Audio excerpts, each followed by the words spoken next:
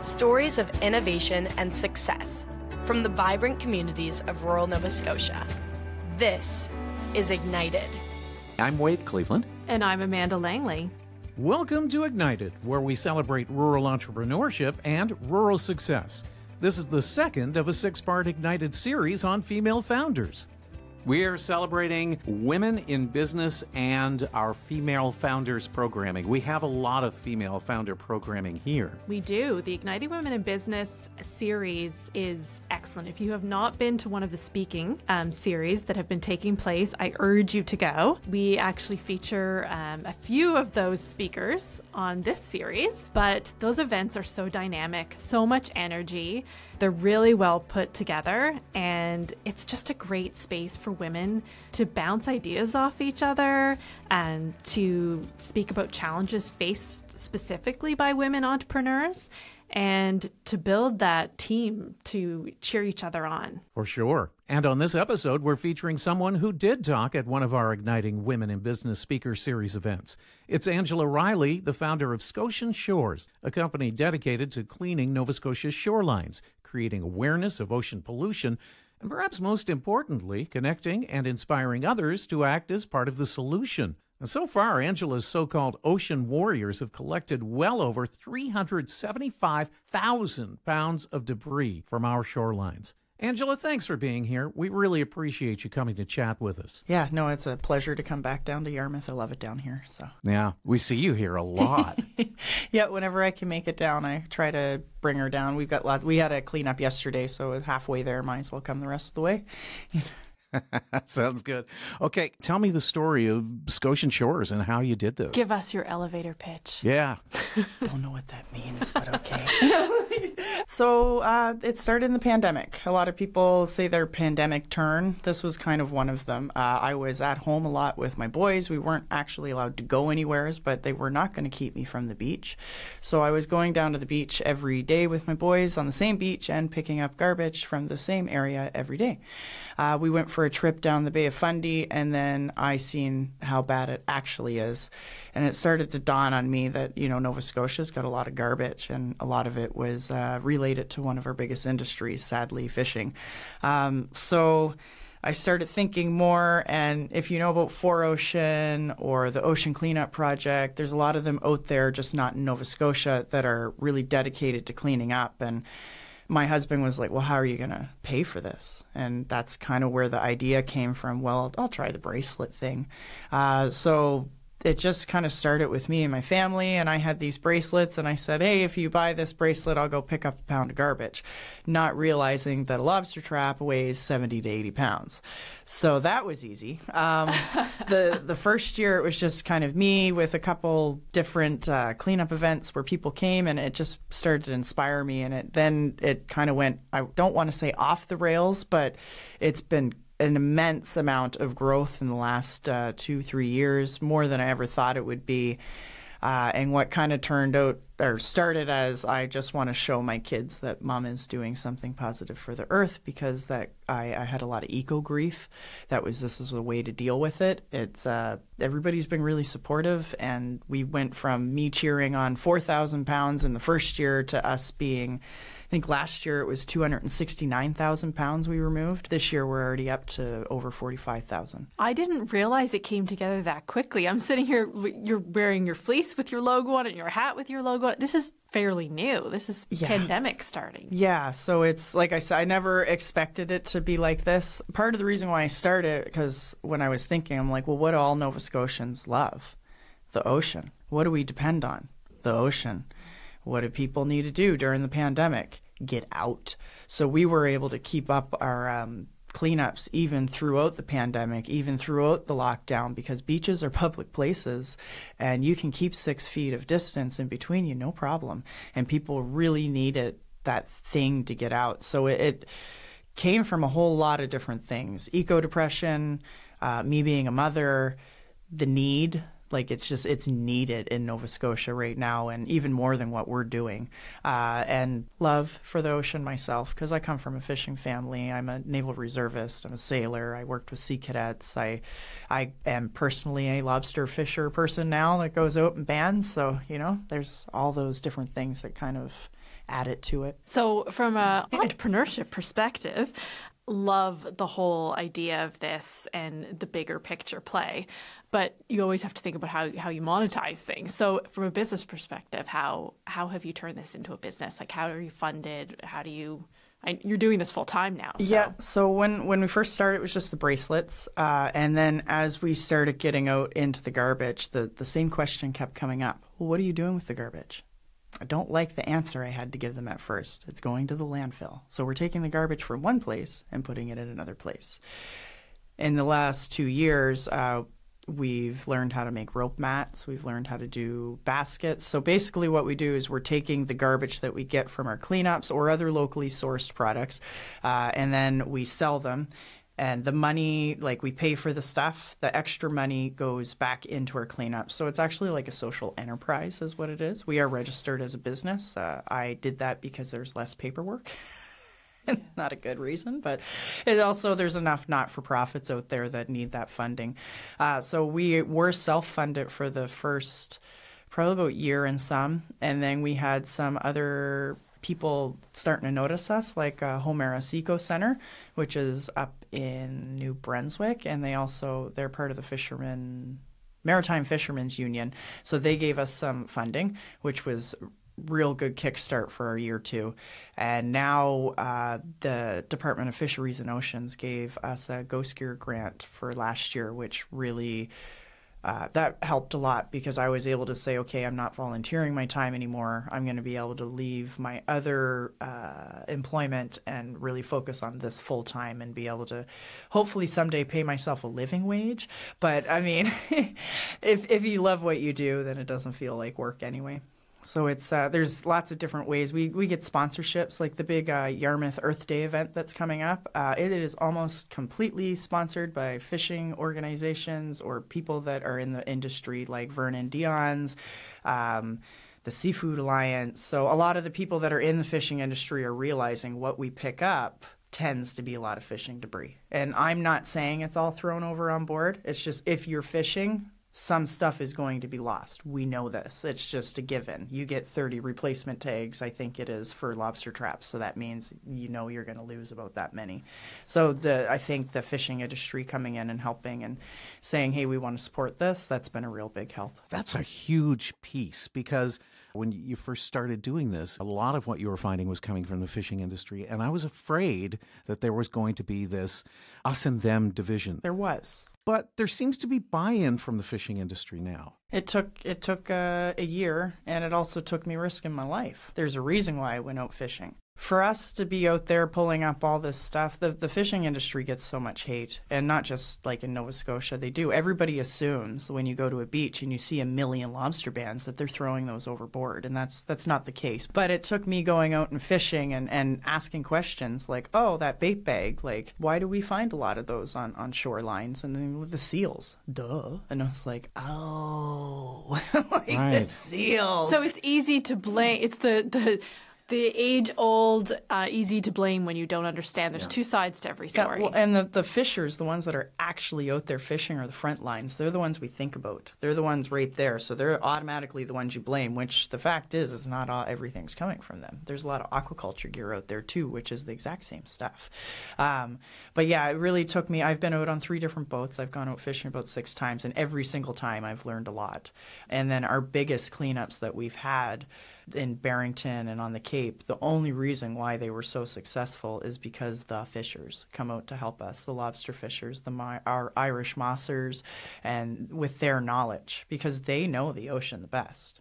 We might know the shorelines, but they know the ocean the best. They can explain to us how some of it got lost. They know where the currents go, and they have the boat knowledge too. So this year has been great. I'm very excitedly waiting for them to allow me back out on the boat. So it went from them hating me to allowing me on their boats to not allowing me on the boats in the winter because they want to protect me. So there's a very big relationship. But it did take some time to get through that, and that's because, and I see it to this day in our group, I have to every boat once a week come down on people and say, hey, don't put all the fishers in the same boat. There's bad apples. And by you saying that is pushing them away from us when we really want to bring them, because the more they're out here helping us and showing that they can help and stuff, the more that the bad habits will not happen. Yeah, I'm wondering if through this partnership, there's ways to prevent some of this garbage from happening. Like if you understand each other and you're seeing what's mostly washing up on the shores, you understand how that's happening, if there's a way to prevent it. Well, yeah, if you're out fishing a mile off, you're not seeing what the shorelines look like. But I'll never forget the day, Huntington Point last year, we had 2 tons of garbage washed ashore in a week. New garbage. Most of it was from Maine, I can tell you that, by other things that we track. And I had one of the fishers come out. I begged him to come. I said, you got to come to a cleanup. And he took a walk out. And when he come back to his car, I will not repeat what he was saying, but he was very angry. And he looked at me and he said, no wonder why you hate us. And then he left. Wow. It was because there was a million lobster bans. There was bags of, it was so bad. And then I went fishing with him, and he took me to what we're pretty sure most of the bands are coming to, some of the outflow pipes. Never would have known that if he hadn't come out, seen it, and said, okay, you need to know the reason why. And took me to show me where a lot of this stuff's coming from. So it's not them being flicked overboard? Sometimes. There's losses. I've lost a band. A baby lobster took it with them when I threw her over. I was like, no. And the fishers were like, you better go in and jump and get that. You better go get that lobster band. And I was like, no. But yeah, there are some. And there's still a lot of people that believe that they're biodegradable, so they're just washing them off. But we have found out that a large percentage probably of them are actually being flushed out of the pipes and the systems from facilities, because there is no prevention required, only a follow-up afterwards, and the follow-up is a letter. There's no fine, there's no nothing. They can just dump garbage out their pipes, and then it gets blamed on the fishers. There's a lot of playing the blame game, but facts don't necessarily line up with that. But it's just those assumptions and what happens a lot of times. And you have a wonderful social media, and I think it's helped to kind of build your community. But you have to be very careful, because social media kind of feeds off of outrage and upset and negativity. And so how do you keep it positive? Yeah. And you've done a good job of that. I flip. Yeah, there's frustrating there's about times. There's about a week in the month where I'm like, it's time to give everybody crap. But I will say that, like, me as a business, I can get away with some things. I've had not-for-profits come to me and say, man, I wish I could say what you say. I wish we could say that, but they can't, because then the funding's cut off. But the very first reason why I really actually got a fisher out was because of one of my stirring the pot posts. It was unrealistic Christmas wishes. I put my hands out and said fishers to come help us clean at the cleanups. And about a week later, I got a message being like, you should be saying that stuff. I'll come out. And that was because I pissed them off. Great. Yeah. It's like, let's do it. Merry Christmas. But I have to be careful, because I do have some other guys that have sworn me off up and down. They hate me, but then they go to another cleanup group and clean up with them because they hate me so much. I'm like, that's okay. You still won. Yeah. As long as you're out there, because it's always a juggling act of figuring out where we fit in and not pissing off too many people, but getting them upset enough to do something. So there's so much I'd like to talk to you about. Let's talk about some of those lobster traps, because there have been, I have to tell you, the one that you did in Chebogue Point, where you picked up truckloads of lobster traps. It was amazing. And that's a lot of work. And it's not like those guys are purposely throwing those things away. There's no blame game to be played there. And how there. much do they weigh? It depends. The ones Chebogue, there were some double wides, so they're like 80, 90 pounds. It depends on how messed up they are. But the ballast, the heavy part that makes them sink, that ups the weight pretty quick. Sometimes I will knock that out if I'm by myself, because it's too much. But yeah, the traps there at Chebogue Point, for example, some of them are decades old. They're older than me, and we can tell by the tags that are on them. Some of those traps are cut off. I am going to say that right now. There are still guys out there that cut off their traps, remove the heads, open it up, and say, it's fine, because the lobsters can get out. But the scientist people have proven that that's not actually the case. They will use that as a home, and then the big lobsters actually start eating the baby lobsters. So it's a really vicious cycle. But a lot of the ones there, you could tell they're smashed. So they might have been cut off by propellers. They might have been lost due to storms. But then there's, we found, what beach was it? We found a trap from Maine one time, just up in the Bay of Fundy. I was like, how the heck did that get up here? You know? But yeah, there's so many reasons these traps could be lost. I want to tell you about our Igniting Women in Business series at Ignite, providing rural women entrepreneurs an opportunity to connect, learn, and build their network through a series of initiatives, including a speaker series, gala, and retreat. We hope to inspire and empower rural women in business across the province. The theme is relearning through a women's lens. The sessions offer a space for women to discuss challenges that are faced by rural women in entrepreneurship, with opportunities to learn, network, and socialize. For more information on Igniting Women in Business and to sign up for our events newsletter, visit igniteatlantic.com. I have to ask, what's the weirdest thing you've found? Are you allowed to say that on the podcast? Well, some of them I'm not going to say what they are because it's adult toys. Oh, okay. Many of those. You would be surprised. We'll get lonely out at sea. Apparently, teeth, like dentures. Oh. I've got 3 sets from one beach. Very weird. Scientific instruments are always interesting, like the lobster trackers, and we did find one of the great big yellow scientific, I don't know what they were. I'm a big fan of giant buoys.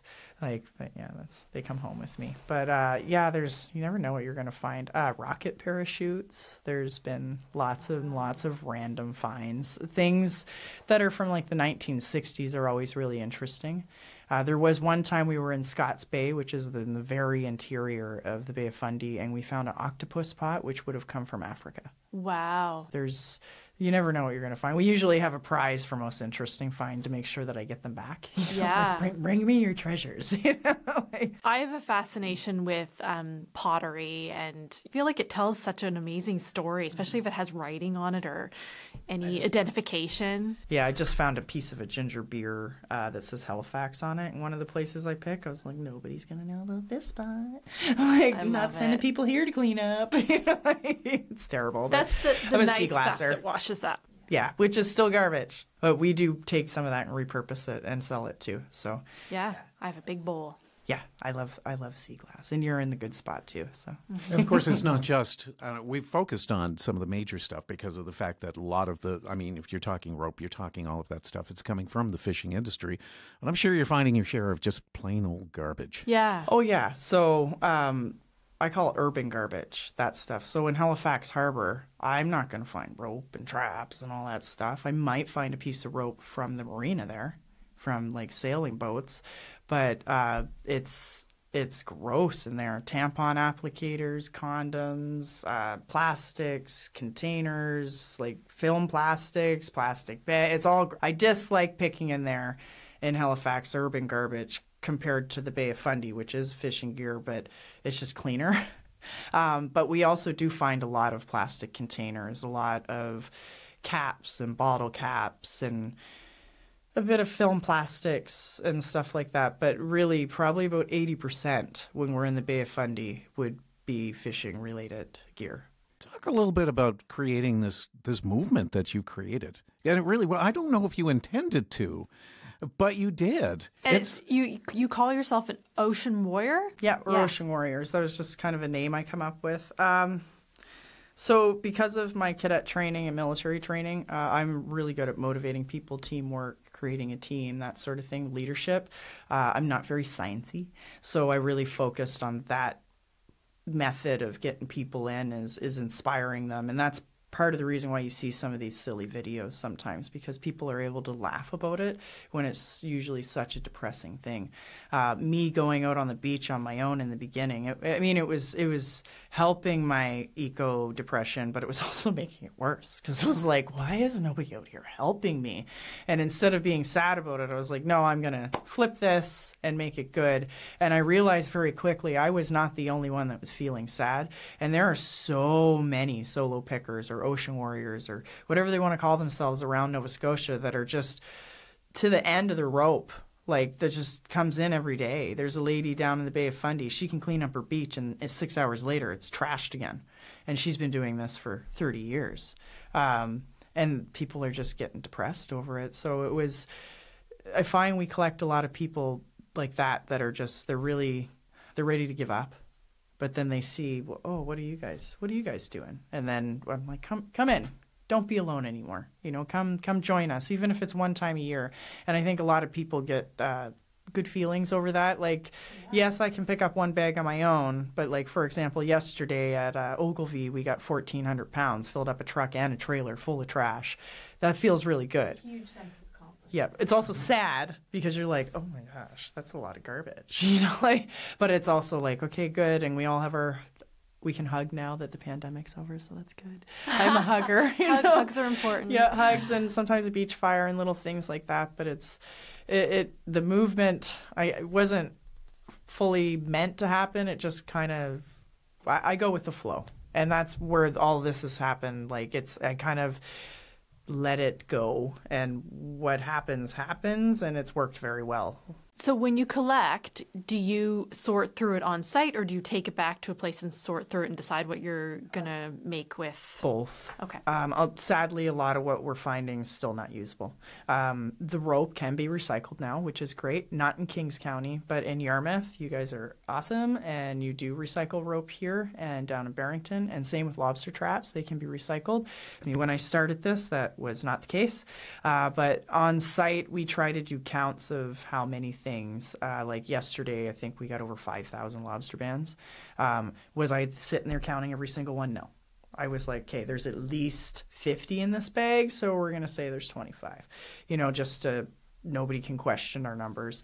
But as we're going through, if something comes up that's usable, it gets thrown off to the side. Like, I'm trucking home a bunch of aquaculture piping this weekend. One of the art museums in Dartmouth has asked us can we have some of your beach garbage? I'm like, yes, you can. Yes, you can. How much would you like? Yeah, right. Take it all. But now we're at even the next step of this, which has been a dream of mine for 2 years. We're actually going to be starting to take some of the beach garbage that is unrecyclable and making stuff out of it, like coasters, East Coasters. I saw your video on social about Very that. Excited. So at the beginning of a cleanup, we will give people an extra bag if they want. I never make people separate. If they don't want to do it, I don't care. Go clean up the garbage. But a lot of people are very excited. So we divert out like plastic bottle caps, lobster trap tags, shotgun shells. If they find really colorful, pretty rope, they'll put that in the bag. So we just call it a treasure bag. And we've been able to divert some stuff like that. Plastic bottles on the shoreline, everybody thinks that we should keep those because you can get money, when in fact they should not be going in the recycling because they're degraded, which means that is now worth less. And like in Halifax, they don't want that stuff in the recycling. They said, please don't. I don't know about down here, but every municipality is different. So we try to divert as much. There are some times when it's just like, go get it as much as you can and get it out of here. Yeah. Like the Cape this year for the summer, we did 75,000 pounds off of one island. There's still that much twice over there, but there wasn't much recycling going on. I'll be honest, we were just boating and trying to get out. Now, the lobster fishers were going through the traps and taking off all the usable pieces because it was like, woohoo, free gear. Yeah. And we would anything that they were like, oh, what's that? We'd throw that in an extra pile. Barrington municipality was pretty good where if we did put the tires and stuff off to the side, they come and get them later on. But we try our best to divert what we can. Try to encourage people to do that, but everybody kind of has their own thing, and I want them to stay happy at a cleanup, and some people just get really annoyed by having to separate things. My big question, if you could, shake a magic wand and get one thing that would make all the difference for you and how you see Scotian Shores kind of taking shape over the next few years, what would it be? Well, it's not going to make us any money for the business, but Scotian Shores, that's not what we focus on. If I could shake a magic wand today, it would be the lobster bans to be stopped dumping. For the politicians and for the Nova Scotia government to actually do something about it that's preventative.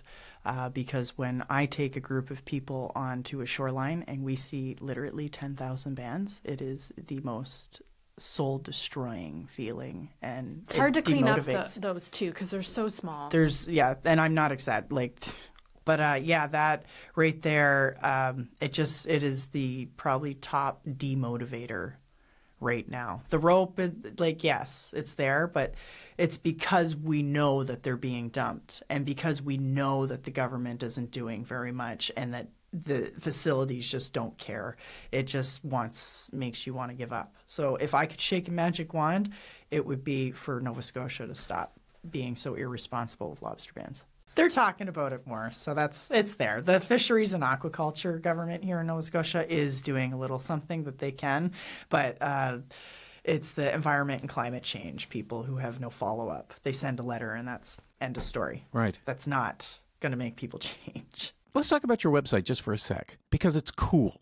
There's a map there, and that thing, to me, is inspiring, because what you do is you have a map of Nova Scotia and you mark all the places where the cleanups have happened, all those beaches, and the weights that connect with them.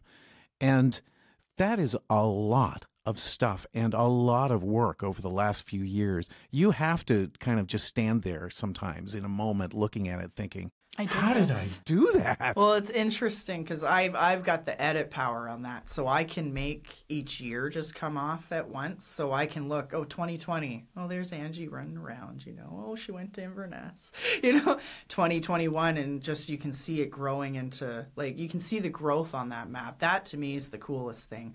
I enjoy that. That's not me doing all that work. I've got people in the background that love data. Not saying I don't love data. I'd prefer to be on the beach. But yeah, that map's been great. You could sometimes, if you're on the right type of computer, you can see what the most common items were too. And part of the reason why we do that is so that anybody can look at that map and say, I can access right here. And it kind of shows you where the access points are too. Yarmouth, it's not as bad. But in the Bay of Fundy, it's very cliffy. So you'll notice the spots are in certain areas. That's because it's cliffy. So there's that. We want to make another layer on that map that's going to show where it's dangerous. So don't take your dogs here. But yeah, the map's really interesting. And that's including, it has our group cleanups, but it also has all the solo cleanups. So it's really cool to see. We need to make it so that other people can see that yearly thing. We did do a different graph that shows the exponential growth, but it's the map's really neat. Yeah, I agree. It's something I wanted to make happen, and I had a not good version of that. I'm not super data-y, but one of I call them data masters, Brian, he came in, he's like, what about this? And it automatically uploads itself now. I'm like, awesome. I just go in and check every once in a while, but it's just... It helps because it's such an important visual, and a lot of people need visuals to really understand a subject. I'm a very visual person, and I think a lot of us are. So if somebody's listening right now and they want to get involved, whether they want to join a beach cleanup, whether they want to buy one of your branded toques or one of the pieces that you make with recycled materials, how do they do that? So the easiest way is to follow us on the socials. For the cleanups, if you send us an email at scotianshores@gmail.com, we have what's called the Cleanup Alert email list. So it's a list of, I think we have about 600 people on there. And anytime we have an event, an email goes out at least a week in advance, unless it's oh no, emergency, go, go, go.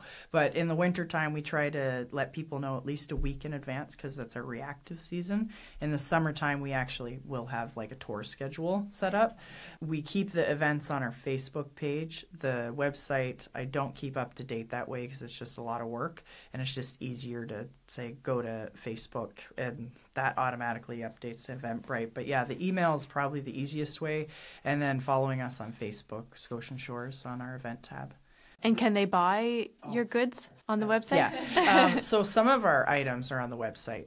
Not everything. The stuff that's easily shippable is on the website. But I do the market every week in Dartmouth, and then I skip around to different markets too. I've done one in Yarmouth. I go to Lunenburg once a month, and that's for our bigger items like the rope baskets and mats and baseball caps because they're a pain to ship. And there is also the part of extra garbage with shipping and all that. So one final thing.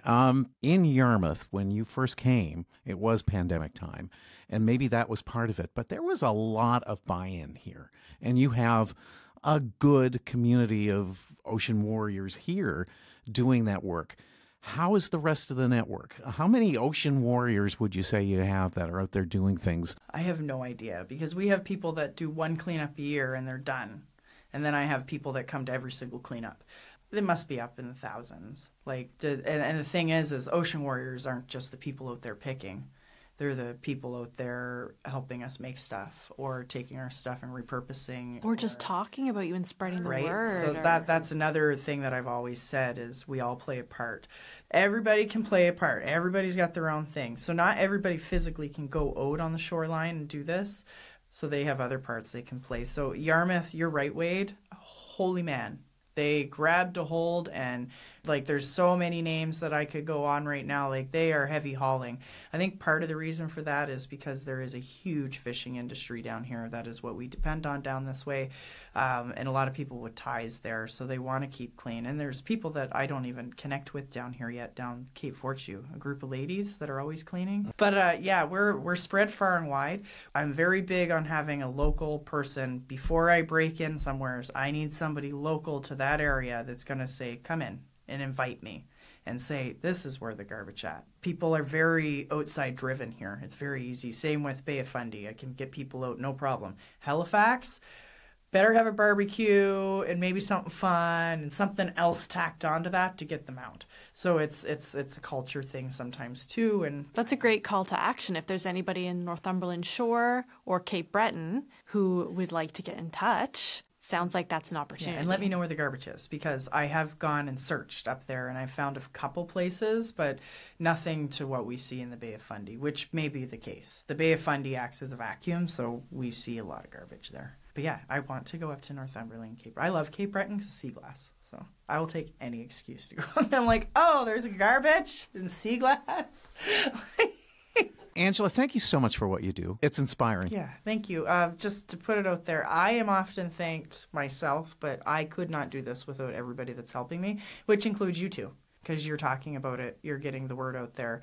But I'd be a very sad little person if I was still out there running the beaches by myself trying to clean this up. But the hundreds and thousands of people that have come and helped us, and all the organizations, is really, they need to be thanked as well. So yeah, thank you for having me and being part of this. It's fascinating. Thank you. To find out more about Scotian Shores, visit their website, www.scotianshores.com. And to get more involved, follow and interact with them on Facebook on their page, Scotian Shores Ocean Warriors. And to find out more about rural innovation and what Ignite does, check out igniteatlantic.com. Amanda, thank you so much for being here. Let's do this again soon. I can't wait. I'm Wade Cleveland. And I'm Amanda Langley. We'll talk again soon.